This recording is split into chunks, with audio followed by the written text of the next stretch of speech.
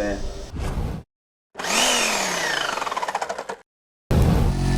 Hey, welcome back to the channel, and I hope you are having a wonderful day. I'm going to try to answer a few questions today and take you guys along on some projects, and we'll just have some fun. How do you like that mini skid steer now that you've had it for a while?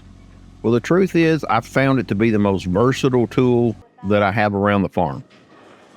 I actually only show things on our channel that I feel like that people that are doing what we are doing would actually purchase. So I was a little bit reluctant of the mini skid steer at the first, but after having it on the farm, I'll never not have one again.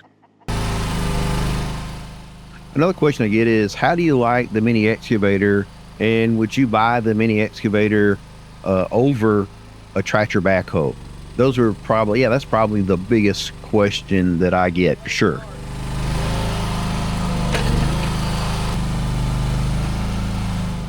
The mini excavator does a couple of things. First off, it scratches that childhood itch to own an excavator. But over the last few years, things have kind of changed in this industry, and also in this size of equipment. Used to, a mini excavator with, a name brand, Caterpillar, Bobcat, or any of the other big brands, you're talking for a little small 1-ton unit, $25,000-$30,000. And in the last, say, 5 years, these other companies have come on the market, and you can get a really nice functioning mini excavator for less than $10,000, and that puts it in a price point that homesteaders can afford. You can justify that. It's really hard to justify a $30,000 excavator. It's just easier to add the backhoe on the back of your tractor. It's not as convenient as a mini excavator, but it could get the job done. Well, fast forward 5 years later, here we are with the mini excavators that are coming in at that below $10,000. And for this example, this excavator here is about, I think now it's close to $9,000. It has a Honda engine. It has all the oil coolers. It has the filters. It's a really solid unit. It's got really good control valves. As you can see, it's not yanking around. It's a pretty solid little rig for less than $10,000. And like I said, prior to this point, a tractor was your only choice. Well, now with the mini excavator, it can do more than what a tractor can do if you're digging. It acts as an extra set of hands with the thumb. It acts as a digging device. I have post-hole diggers. There's so many attachments for this now. You can do really fine work with a tilt bucket.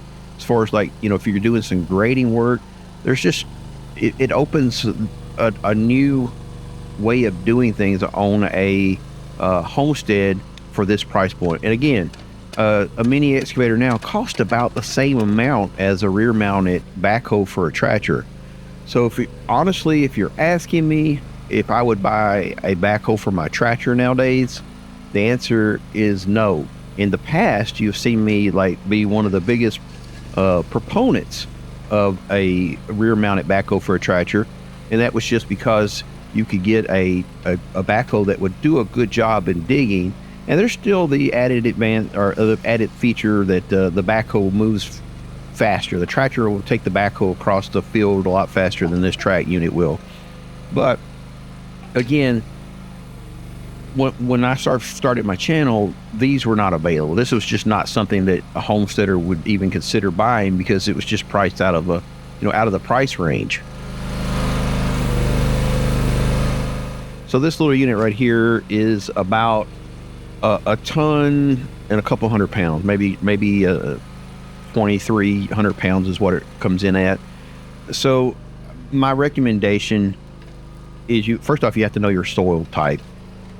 But generally, I would not go anything lighter than this. I have played around with some of the 0.7 ton versions, and I was not impressed. At some point, you don't have enough weight to do the job of digging. And I think right here at this, 2,300 pound unit, you're at the very edge, especially like digging in clay right here. So this is only a 7-inch bucket, and you can see that it's pulling pulling the excavator forward. So I would say this would be the smallest one that I would recommend as far as the weight. And then probably, now you can get the 2-ton units that are in that 12 to 15,000 range with a little diesel engine. So that's something even newer to see around the market. A little diesel that's affordable for the homestead. At some point in the future, I might do that, because when you get in that 2-ton unit, you really get into a unit that is capable of doing some really, digging rocks out, digging really hard dirt. Weight matters. It really does matter with an excavator. Now, the drawbacks to the bigger units, like this unit right here, will go through a 36-inch gate where you get into a bigger unit. Not always will they do that. Some of them have tracks that extend out and contract back in. But again, when you start getting those extra features, you start getting back up into that $25,000 range. So if you're wondering what I'm doing here, I am burying a 50 amp line from the pole barn, or from the post electric to the pole barn. And that's going to allow me to have 50 amps of 240 to run the shipping container shop that we're building. Let me turn this off.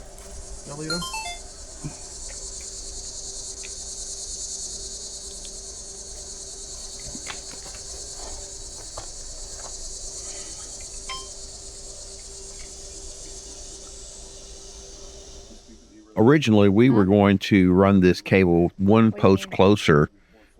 We talked about turning the container around.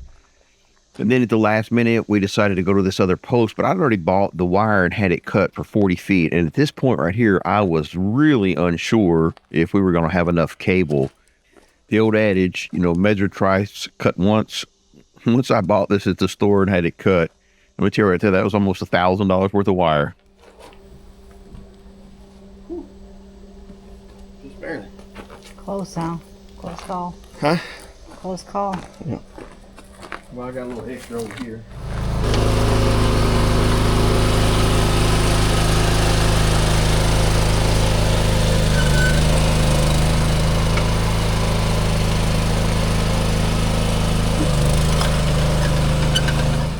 I'm truly ashamed for you guys to see up under our barn and look around the property right now, because everything is just absolutely trash. And we started working this spring and everything's going great. And then we got almost probably a month and a half of rain, either every day or every other day. And it has been very difficult to keep up with 2 properties right now. And that's the end of my whining session.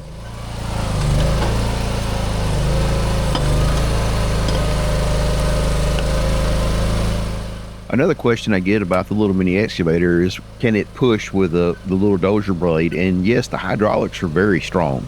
You don't have any adjustment like left and right, up and down. It's just a straight blade. So whatever angle your tracks are sitting on, that's the angle that your blade will be. So it's not like a dozer, if you will.